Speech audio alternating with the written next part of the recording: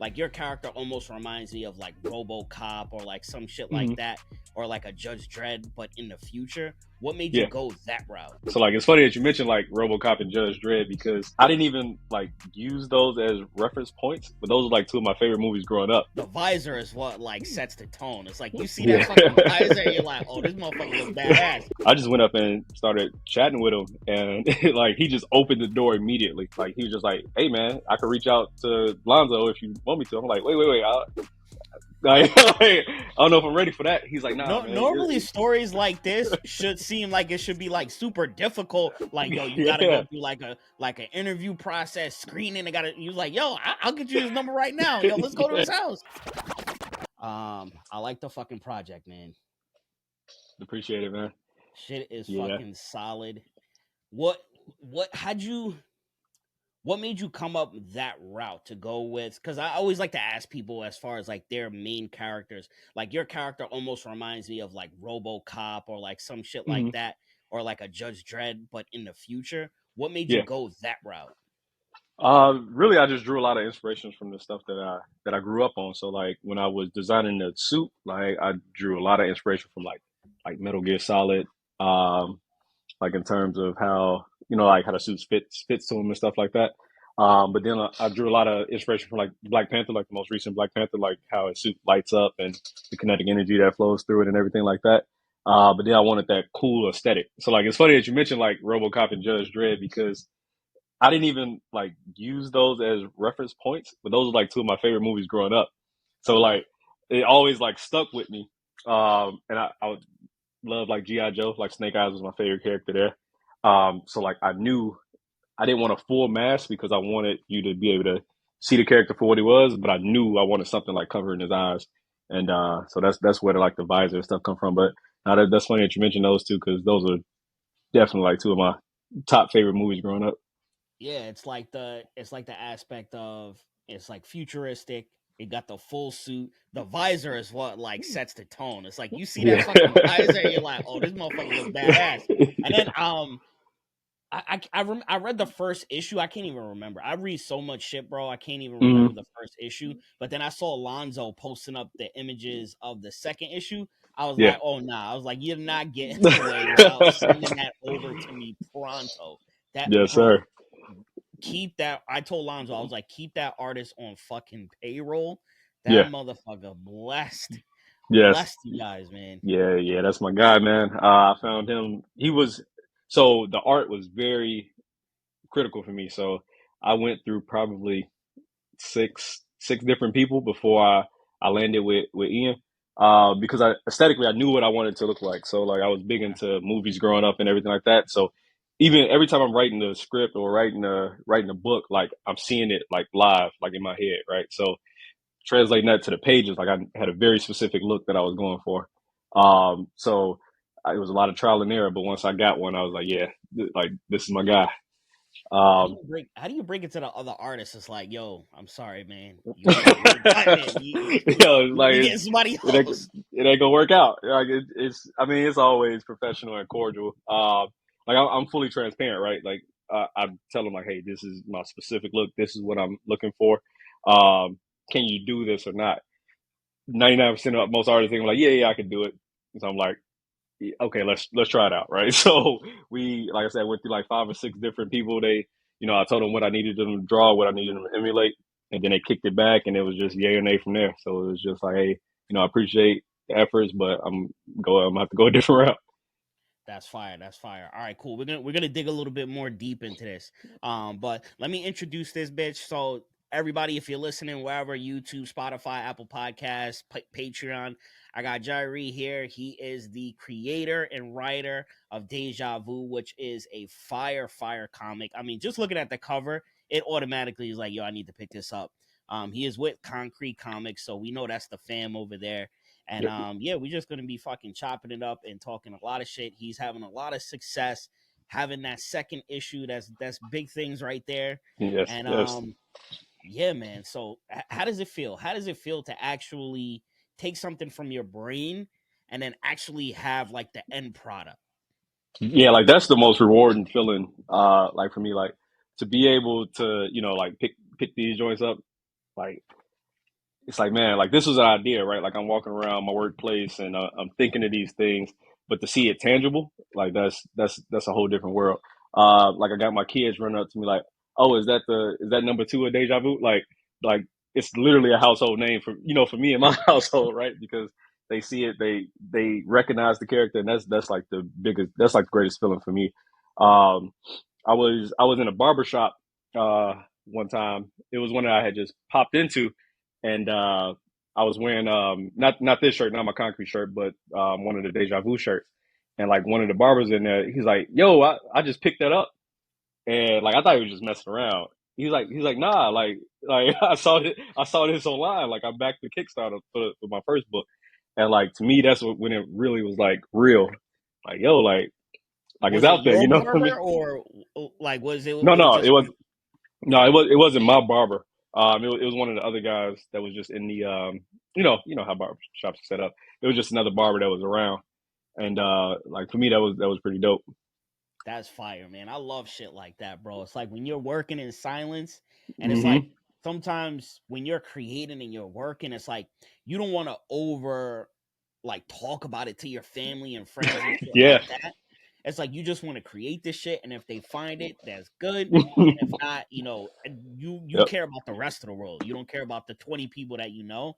But then Yeah. sometimes it's like, yo, when they find that shit, that Yeah. feeling is good, man. Yeah, that's it right there. But yeah, no, you're absolutely right. That's kind of my natural mode. Like if I'm working on anything, it could be hell when I most recently changed jobs. Like my mother didn't even know until I was starting the other job.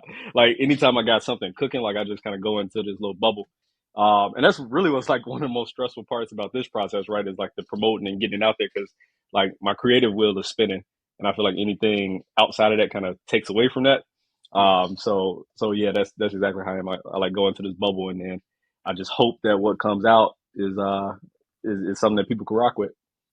I like it. I like it. What's the process on you writing and creating? Like, do you just write everything and then give it to the artist, or are you drawing like mock-ups and saying, "Hey, this is what I want my shit to look like." Hmm. Replicate that. What are you doing? We got to the point now where I don't really need to do that. I got issue zero out. I got issue one. I got issue two. Issue three and issue four is actually in production right now. So where we are right now, I don't need to do that anymore. But in the earlier stages, yeah, I was like sending like a draft of this is what I want the character to look like. We actually got issue zero plus out there. So like if you ever catch me at a con or if you purchase it online at concretecomics.com, you'll get like a deluxe edition of issue zero. And Yeah. inside of that is actually my first sketch of the character, what I drew by hand to kind of send out. Of course, it evolved to what you see now, wildly different, but they could pick up on the vibe and where I wanted to take the character. Dope. Um, Now, in terms of like the page and panel layout, that's something too that I'm very specific about. I think it goes back to kind of like that film background. So anytime you're doing a film, well, if you do the full pre-prod process, like you'll have a script, and then like one of the next steps after you develop the script before you actually go to shoot is the storyboard.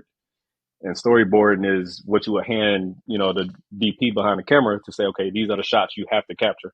Yeah. So during the early stages, that's what I would do here, where like that panel layout is like critical to the story that I want to tell, like how it flows from panel to panel. So I know it's a couple of different processes. Even amongst our family, like some folks are locked in with their artists where they just give them an idea and say, hey, this is what I want to happen on page three, and then they draw that. For me, is I tell the artist panel by panel what I need to happen because of how I'm depicting the story. Okay. Yeah, that's one thing that I notice about Concrete and obviously now your project is that when you guys have your panels, like it seems like every like tiny bit, like every panel is positioned with a freaking purpose. It's Yeah. not just like block, block, block, block. It's like block here. This character is like, I don't know, body is like bleeding into this cell. Like it's Hmm. just very, very creative and visually appealing. That's why when Lonzo threw up those pages, I was Hmm. like, this shit looks fucking beautiful. Like I would print this out and get a poster of it. Yeah. Yeah, that's like everything's intentional, man. Like that is down to the very minute details. And Lonzo was telling me, he was like, "Look, some you got to let some panels go. Like every now and then you're not gonna get it exactly right." I'm like, "Nah." Like so for my issue, Nah, nigga, like I need every yeah. panel where it needs to be. Every So centimeter counts. so like for my issue one, I probably got like two extra pages that didn't make the book because I'm like we couldn't quite get it right. So I'm like, all right, we just gonna throw it off to the side, right? Same thing with issue two. Like we had to go back to the drawing board a few times, and yeah, man, everything is done with a purpose. Because for me, I mean, it's like it's a little bit more than a passion project, right? Yeah, Because it's the concrete brand has kind of gifted us the opportunity to reach broader audiences than we would have been able to do on our own. So not only am I representing myself and Deja Vu, but also the concrete brand. So it's important that we stay where we are. yeah. I'm like, you hit so much fucking different shit that I want to attack. So since we're talking about concrete, we'll, Mm-hmm. we'll we'll leave it there. How did you get in touch with Lonzo and Concrete? Did you have your comic first and you brought Mm-hmm. it to him, or you were just like, "Yo, I want to be down. Like, I'm gonna write a comic." Like, how did that relationship start? Yeah, so how it all kicked off, I was at work and a copy of The Watchmen like ended up in my hands. Written by Lyle Ringo, who's also on the Concrete brand. And I knew who he was, but I didn't know him as a comic book writer or anything like that. He's just a guy on the other side of the building, basically. So it ended up in my hands, and the person who gave it to me, I was like, "Yo, what's this?" And he was like, "Oh, one of our guys, this is his book." And I was like, "What do you mean this is his book?" He's like, "Yeah, like he produced this book." And the guy had bought like 10 copies, and he was just handing them around to everybody that he knew was kind of into comic books or superheroes, whatever the case may be. So Yeah, when I saw that, you know, I had that feeling that we talked about at the beginning of this, like, yo, like this is a real thing that this guy that's right across the hall from me, whatever he created. So I just went up and started chatting with him, and like he just opened the door immediately. Like he was just like, "Hey man, I could reach out to Lonzo if you want me to." I'm like, "Wait, like, I don't know if I'm ready for that." He's like, "Nah, no, man, normally stories like this should seem like it should be like super difficult. Like, yo, you got to go yeah, through like an interview process, screening. They got to. You like, yo, I'll get you his number right now. Yo, let's go to yeah." his house. That's exactly how it was. Um, that's exactly how it was. But I mean, that's just credit to who we are and what we're trying to build, though, right? Like you said, some people, they make something like this and they want to, kind of compartmentalize or keep it to themselves. They don't want to share their wealth, right? Yeah, But for him, he was a open book, like immediately. Just telling me, the struggles that he went through, how long it took him. He automatically, gave me Lonzo's email address and everything like that. And then I reached out, and then that's where the more difficult part started to happen, right? Where it was like, okay, I had an idea that was very, very different than what you see on the pages right now. I was actually writing it for like a movie. And it was going to be like a mix between Takers and Fast and Furious. So very different. It wasn't even superhero based, but wait, um, Takers is the movie with like Paul Walker, Ti. yep, That movie yep, is fire, Chris, and yeah, I'm a Fast and the Furious aficionado. Like, I fucking love Fast and the Furious. So yeah. you tell me those two movies are together, I'm fucking sold. Yep, yep. So I don't talk about that one too much because I mean the way that this branched off, it's almost like an alternate universe. The way it branched off is completely different. So that may be something I go back to at some point in one form or another. Um, but yeah, so that's where it started. And once I had the Watchmen in my hands, I was like, yo, like, I got this character, got all these dynamics about the character. I was like, let's make him into a superhero. And then once I got to Lonzo, that's where like the pitch started and everything like that. But Yeah, he could tell where I was like in the comic book making process. He knew I didn't have like a pitch or like I was just formulating an idea. But he was able to kind of pick up on the creativeness that I had at that time. So, he was really just a mentor. Like we had so many conversations before ever officially signing with Concrete or um, as far as he knew, getting pages made. But for me, I'm always like growing up, my mom always told me, you can say what you want, but the only thing that really matters is what you do, right? yep, So I looked at it like, all right, I don't want to waste this guy's time, and he's obviously busy. I don't want to, fumble the opportunity that Lau gave me. So I had pages getting made like every 2 weeks basically, and Lonzo would hit me up like every third week and be like, "All right, don't start anything until we finish the script." And secretly, I'm like, I'm 12 pages in already. Like this thing is moving, but I was moving at that pace because, like I said, I wanted once we got down to talk, I wanted to at least be able to present something to say, hey, Hmm. like I'm serious about this, like, you know, because I didn't want to disrespect the craft to waste people's time, people who actually made successful comic books. So I wanted to let them know that I was serious about it, and then by the time he saw the script, he was really reading the whole first issue at that point. So then we kind of talked about how it would fit in the universe, and how does the story end for the character. I thought that was a pretty powerful question. Just to think about, you think about Batman or Spider Man, right? Like they're these long running superheroes, and that can be Yeah. good, that can be great. Just like I hope Deja Vu is, like we talking about him 25, 30 years from now. But you still, as a creator, you still have to have an endpoint, right? So that you understand how the story should flow. So when I was able to explain, how the character ends, it was like, okay, all right, that was like the hook, I think, where we could start to progress forward. Okay.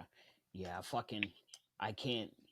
And I love that you mentioned that because Batman, like ongoing, Spider Man ongoing, Hmm. whereas fucking I don't know if you're into like anime and manga. I'll have Hmm. anime and manga that I'll find and be like, "Yo, this shit is lit," and it's like, "Yo, it's ending to like next week." I'm like, "What the Yeah. fuck, yo?" It's like, "Yo, you only got fucking like 2 seasons. Like, how you Yeah. ending already?" It's like everybody is just, I guess, on like the microwave mentality, or Hmm. it's like they want to write a project, have an end, and then come out with some new shit. Which nothing is wrong with that, but I Right. do like my shit that is like not necessarily everlasting, but Hmm. shit that lasts long, and it's like you could build that shit up. Yeah. And so like one of the things that like brought me into that like frame of mind when it came to writing. So what really jumped me back into like the superhero stuff was Arrow. Like I don't know if you ever watched the show, the TV Of show Arrow. course. That Yeah, that that's was one of the best. That's one of the that best had CW superhero shows. hands down, hands down. So like I loved it. So I've seen every episode of it. But I think it was season 6 going into season 7. It was like uncertainty around, is this the last season? And then they end up pushing it out to 8 and 9. But to be a writer in that room to say, okay, I have to write these next 6 episodes as if these are the last 6 episodes. So how do I continue this arc? But also leave room to get to the eventual end. And I think the last season is actually my least favorite season of all. But Mm, like it was just a dynamic writing style or thought process, right? So that's kind of what I took into this character, where it's like, okay, I know what story I want to tell, what arc I want to take them, and I hope that the fans support it and people get behind it enough to where I can continue to challenge the character and continue to, put him in these crazy scenarios that test his sense of self. But if I have to, jump to the end, at least I know where I want to take that story. okay. No, that's cool. That's cool. Yeah, man. Arrow, it like I don't know. It fell off for me. I felt like the whole universe was doing a lot of shit, and I Hmm. think they spread their money too thin because Arrow was fucking really great quality. Even Yeah. the Flash was like good in the beginning, but then they came out with Days After Tomorrow, whatever that shit is. Then they got Uh, Supergirl, yeah. and it was just Legends of like it was Tomorrow. Yeah. yeah, Legends of Tomorrow. There you go. And Yeah. I felt like the quality was going down, and I think that whole arc, like after Ra's al Ghul with Arrow, I Woo. was like, I forgot what Yeah. happened, like what arc after Ra's, but it just like went down for me. Yeah. And then when they took the chin strap from the Flash, that's when I was like, all right, I'm done with this shit. I'm done. Yeah. I think after Roz, I think it was the Prometheus one. Um, but when they went back to Slade, then I think Prometheus. But yeah, yeah, that Roz one, that was actually one of the first episodes that I caught, and then I went back and watched it from the Mm, very beginning. yeah, Well, like that season was when I first like picked it up, but yeah, that was like prime TV right there. yeah, that's fire. So what's your background? I know you had mentioned like TV and like film before. Are you in TV and film or you just No, into it? yeah, I was well. Let me see. I'm not gonna over embellish, right? So, I'm definitely into it heavily. So growing up, I was always like a writer. Like I was always writing stories and things like that. And in high school, no, actually, was it high school? Yeah, it was like my first or second year of high school, whatever it was. I joined this program, and it was like a film program for students and things like that. So, we wrote a couple of short films. Uh, won a couple of awards. You guys got PBS out where you at? Like Channel 11 type of stuff. Yeah, It was, hell yeah, yeah. yeah. yeah. So one of the shows, or one of the short films that I wrote, acted in, all of that stuff, was actually on PBS for a time period. I was walking around high school one day, and this girl was like, "I saw you on TV yesterday." I'm like, "What are you talking about?" I didn't even know if this was a thing. She was like, "Yeah, Yeah, on PBS." And then she started breaking down the whole story. I was like, "Oh, okay. I guess that did make it." I think it had got entered into some type of contest or something like that. But yeah, that took me a little further into it. So I went to school for like motion picture television for like a year and a half to learn how to edit, direct, all of that good stuff. Do like action scene, like combat scenes and things like that. And then that took me. I ended up meeting this guy named Sean Williams, and we actually put together a YouTube series. We shot three and a half episodes. We ended up putting out two of them. It was called Chase. It was like a not director, a detective series. So all of that was like 100% us. Like anytime you didn't see us on camera, it was because we was behind the camera doing all the other stuff. So okay, that was something that was fully funded by us. We just had an idea, had some passion around it, and we went for it. So we put that out, did some premieres and things like that. And then aside from that, I just did a lot of like like extra work on different TV shows and stuff like that. But never pursued it too heavily past that. It was funny. I was joking with him not too long ago. It was like back then we had time but no money, and now we got like money and no time. So it was like it's hard to make a film project when you got so many other things going on, yeah, unless you got some solid like funding and backing and things like that. So that like directly translated to the pages of a comic book for me when I started to really truly break it down. okay, nice, nice. Yeah, I think you, Onaji, maybe there's one more person with Concrete, or maybe somebody that I spoke with. But there's a lot of people who are writing comics that Mm-hmm. also have like that film, TV, not like major stuff, but like they have that background. Maybe they I Mm-hmm. think it was that they couldn't break through in that industry, or there's a lot of fucking like how do I say it in like the polite way? Dick sucking in the Yeah. industry, if you will, to try to get to where you want to be. And it's like, yo, people don't want to fucking do this. It's like people Yeah. want to create what they want to create because they believe in it. But I don't want to have to freaking shuck and jive for mad long to Yeah. not make the projects that I want to make. So it's like, yo, I need an outlet to get this creativity off. Let me Yep. fucking do it in comics, or let me Yep. do it in whatever it is. So no, that's dope, man. So do you think that people could? Do you think that people could write comics without having that background? Yeah. Yeah. I think you can. Um, I think there because I think that's one of the beautiful parts about comics is that like once you find your niche, is it's like people gonna rock with it, right? So like I've seen comics do really well, and it's almost like no words inside of it. Like it's like it just really depends on what type of storyteller you are. Mm-hmm. And like for me, like even with my issues, like I write those in an episodic approach. So like if you looked at it as a Disney Plus series, each issue is an episode. So like that's how my mind frames up I my like that. story. So that's how I'm Yeah. able to map out my arcs. Like this first arc, Fear the Reaper, is a 6 issue arc. So when I do the full outline of how everything should progress, I'm thinking of it like, okay, here's 28 minutes here, here's 28 minutes here, whatever the case may be. If you think about, a minute per page to read it or whatever the case may be, that's about how long an episode would be. So that's kind of how I break it down. I do think it makes it easier, especially understanding how a storyboard works, like in the film world, because I mean Yeah. that's quite literally panels on a comic book. Yep. It's a pretty direct translation there. Okay. Yeah, that's one thing that I do because I'm writing my story as I look at scripts from some of my favorite movies to Mm-hmm. see how they write shit.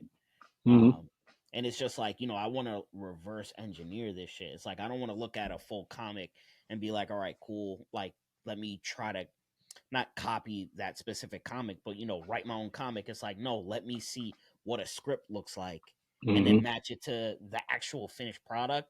And then it's like, all right, cool. I can kind of now get into the mind of the actual creator. I don't think a Mm-hmm. lot of people do that shit when it comes to creating just anything in general. Yeah. Yeah, and I think that's where you fall into traps of like tropes or things being too similar, or you missing a mark from what you really wanted to create at that point. You Hmm. got to really take the time to be specific about everything that you're putting out there. Yeah, that that individualization right there. That's Hmm. another thing. It's like, you don't want to be too committed or too married to a specific style of storytelling to where it's like you're just like copy and pasting that shit too. Hmm. Yeah, I get that aspect as well. What's the last like new movie that you saw where it was like, yo, this shit is fire, like this shit inspires me, or just this Hmm. shit is cool in general?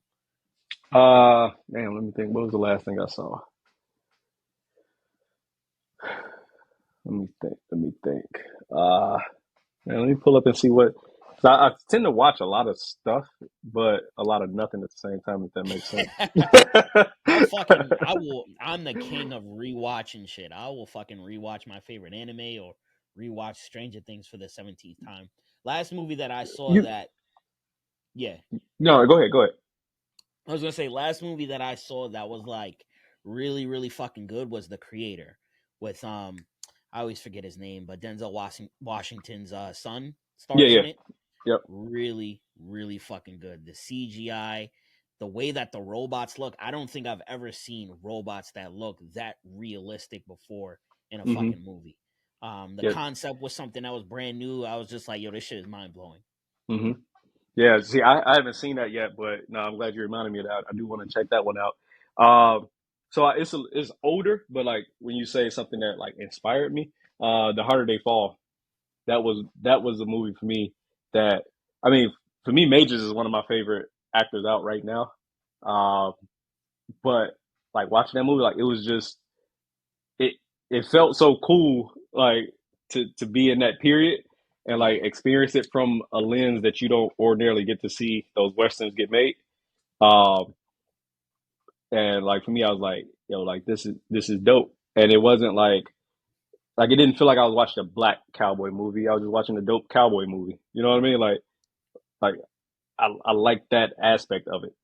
I felt both. I felt both. I felt like because I fucking cannot stand. That's like the only genre that I could not get into was fucking westerns, bro. Yeah. So like it's just so boring and it's fucking dust. And I already hate horses. It's like I always feel like they're Yeah. gonna kick me. Like just keep away from me. My wife loves fucking riding horses, and she's trying to get my daughter into it. And I'm like, fuck a horse, get a bike.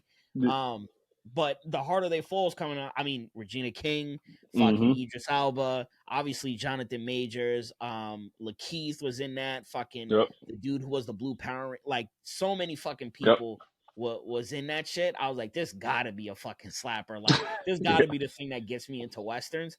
And I thought that shit was fucking flames, man. I can't even lie. Loved Yep. it. Yep. Loved it. That shit was fire. And then that got me to watch the westerns that are on Paramount Plus. So for Mm-hmm. some reason, Paramount Plus has like this team that's just pumping out all of these westerns. So they actually just dropped one about. I think it's based on like a real person. He's like maybe like one of the first black fucking sheriffs or some shit like that. Mm-hmm. And everybody's telling me that that shit goes hard in the first episode. So I'm like, all right, I gotta check this shit out. Yeah. Well, you know the name of it? I gotta look. I gotta look it up. Hold Yeah. on, I'm gonna look it up right now. But yeah, everybody was telling me that that shit's fire. So, do you have a western like in the tuck that you're writing right now? No, no, I haven't. See, for me, I write from stuff that I know or things Okay. that I've experienced. So whenever I'm writing or creating, I see everything as like a kind of like a branch timeline or whatever you want to call it, right? Where like if you're going through life, you're almost always faced with two decisions. You can go left or you go right. If I go right, like my brain always thinks, okay, what if I had gone left?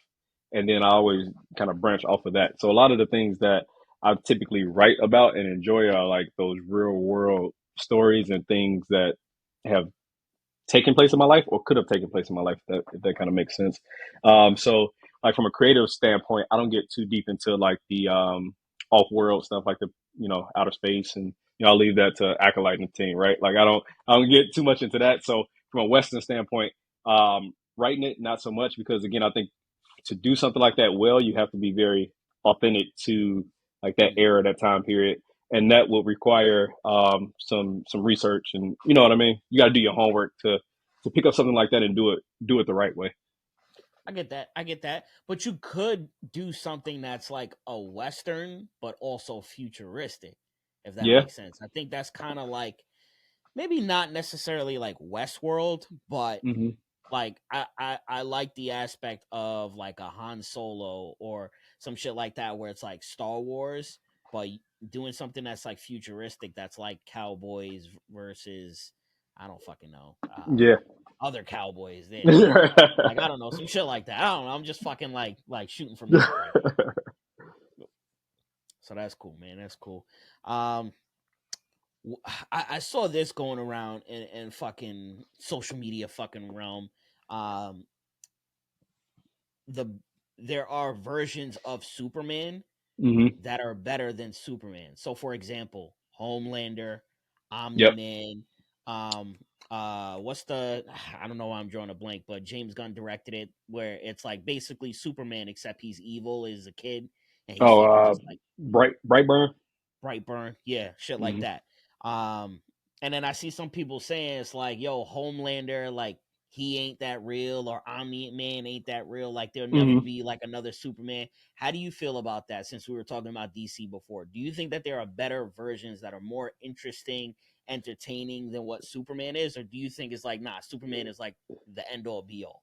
No, for me, Superman was always like the dullest hero like imaginable. Like I never grew up like, oh, I got to check out this new Superman. Like, I think I think they almost immediately ran into a power scaling problem with Superman. Um, I don't know, like it all just not. I don't want to say corny because that's a little extreme, but like it just I just never really rocked with it. You can say corny. Uh, You can yeah, say corny. Like like we can be honest. I never got behind it. Now when they did the when Zack Snyder did his rendition of it, like I thought it was better, but I still didn't really get behind it. Like at the end when he had to make the decision to take Zod out, right? Like that was a bit different than what the comic books would have portrayed. So like that Mhm. part, like I thought was pretty cool. How they was exploring the Henry Cavill version of it, but then I think they ruined it in Justice League. I think it all kind of got sideways on him. But yeah, no, Superman was never really that interesting to me. Okay. All right. Cool. Yeah. I've always been like a Batman, Flash, Martian Manhunter. Like whenever Hmm. I watch Superman cartoon, I'd be like, yo, I wish Batman was on. Right, And right. then like when the Justice League cartoon came out, like then I Hmm. was more accepting of Superman because now he has all of these other personalities that he has to like communicate and deal with. And it's Hmm. still entertaining because you see everybody. You see fucking Hawk Girl getting fucking drunk at the bar and Yep. fucking starting a fight with fucking Green Lantern.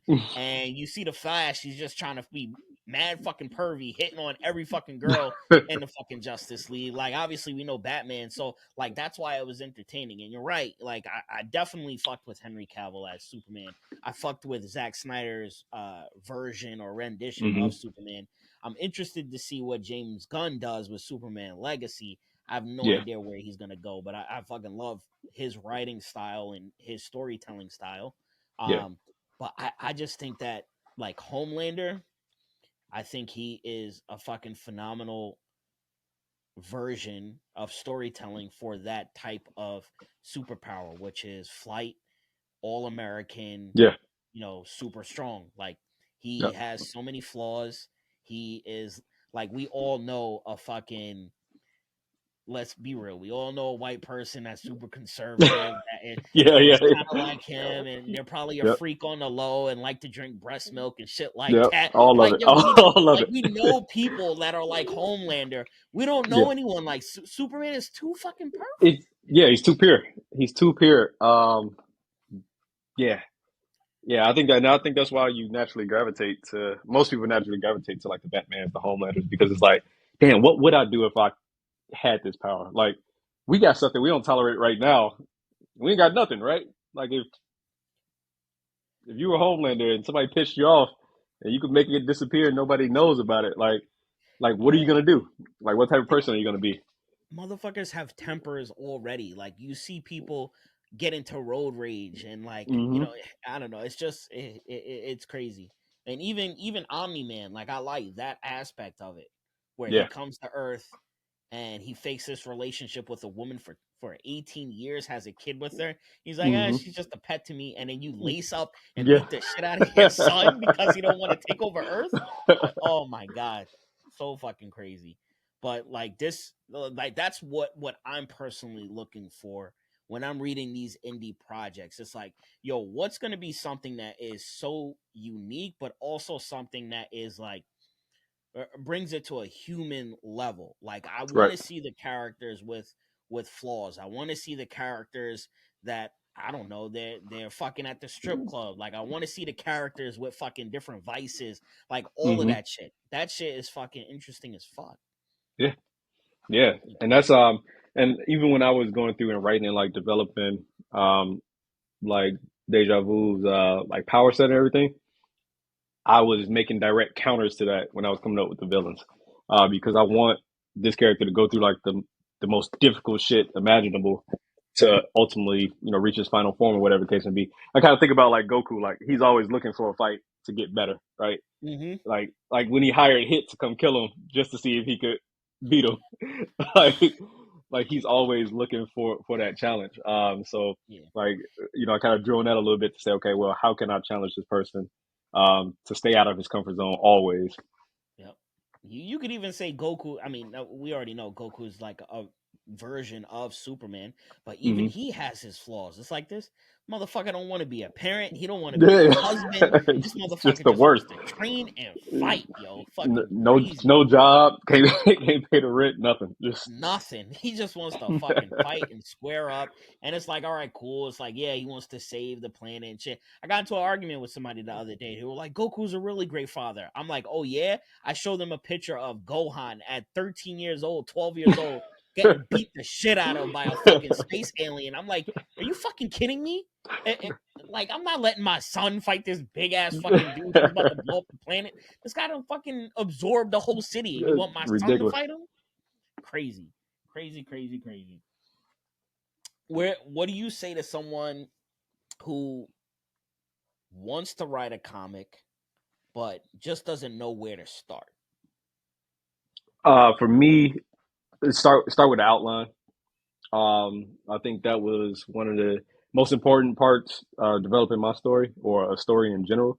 So not only start with the outline of the issue, but like I said, if you want to write a mini series that's 3 issues long, whatever the case may be, like do a basic outline of what story are you trying to tell? Like where's your climax, where's your beginning, your climax, your end, and then kind of fill in the middle from there. Because a lot of people they go into the storytelling and they're like, oh, I want this, or I want this power set, or I want these buildings to blow up. Like they think about the details and they're not telling a cohesive story. So I would say if you really want to get into this, like start with that outline to better understand, your beginning, middle, and end, and then poke holes in it, right? Kick it to somebody else for them to poke holes in it. One of my pet peeves, and it happens all the time, every time I think is destined to happen, is like you run across a good movie or something, and then you got this gaping ass plot hole, and it's like you just undid, an hour and a half or whatever I was just watching because it's this silly plot hole in it. So, try to avoid those pitfalls, and then just be patient with it. I think that's another thing, especially right now in the world we live in right now. Everything's instant gratification.